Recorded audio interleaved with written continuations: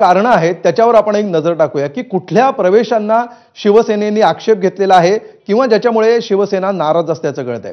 असं ग्राफिक्सच्या माध्यमातून आपण बघूया असे नेमके कुठले कुठले प्रवेश झालेले आहेत। शंभूराज देसाई ज्यांच्या विरोधात सत्यजित पाटणकर लढलेले होते त्या पाटणकरांना आता भाजपमध्ये प्रवेश देण्यात आलाय।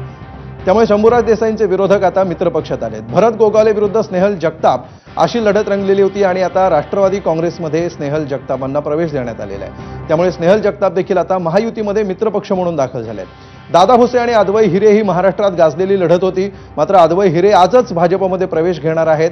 त्यांनी ठाकरेंना रामराम केलेला आहे, जय महाराष्ट्र केलेलं आहे आणि आज त्यांचाही पक्ष प्रवेश होतो आहे। त्यामुळे हे काही महत्त्वाचे पक्ष प्रवेश आहेत। किशोरप्पा पाटील यांच्या विरोधात वैशाली सूर्यवंशी या विरोधक म्हणून समोर उभ्या ठाकलेल्या होत्या, मात्र वैशाली सूर्यवंशींना आता भाजपनं प्रवेश दिलेला आहे। सुहास बाबर आणि वैभव पाटील ही लढत गाजलेली होती, मात्र आता वैभव पाटील भाजपमध्ये।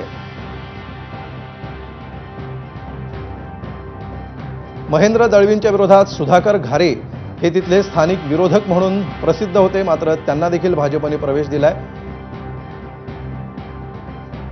तर मुख्यमंत्र्यांनी आता काय म्हटलेलं आहे, उल्हासनगरमध्ये तुम्ही सुद्धा हेच केलं असं मुख्यमंत्र्यांनी म्हटलेलं आहे। या सगळ्या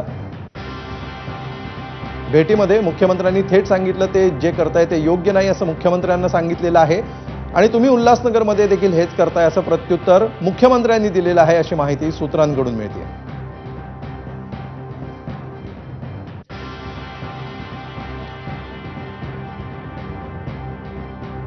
आणि सूरज सावंत सध्या आपल्या सोबत आहेत। सूरज, आपण आत्ताच बघितलं की कुठल्या कुठल्या प्रवेशांना शिवसेनेचा आक्षेप आहे किंवा शिवसेनेसाठी नाराजीचा तो मुद्दा असू शकतो असे काही उदाहरणं आपण बघितली, याविषयी सांगा आणि त्याचप्रमाणे आता ज्या बैठकीतून मुख्यमंत्र्यांसोबतच्या काय अपडेट्स समोर येतात?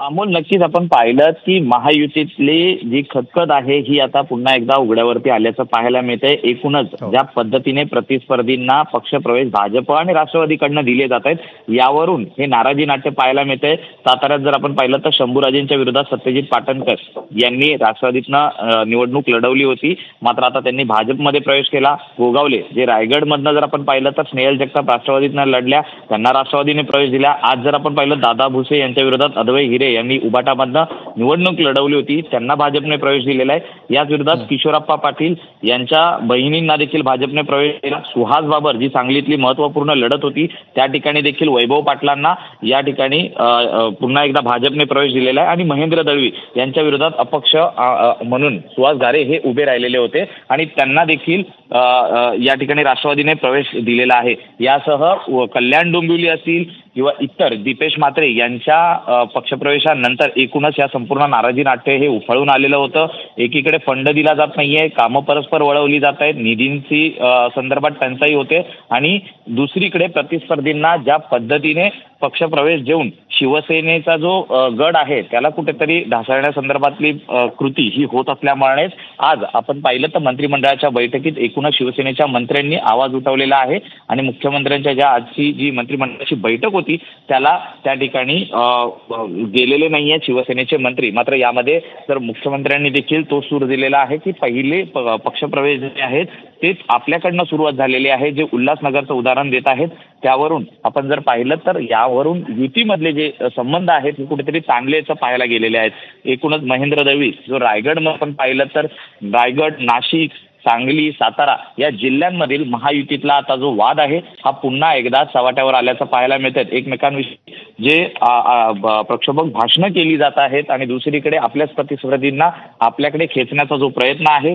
यावरूनच महायुतीत आता एकूणच युद्ध हे पाहायला मिळत आहेत किंवा मिठाचा खडा हा महायुतीत पडलाय का हे पाहणं महत्त्वाचं राहणार आहे।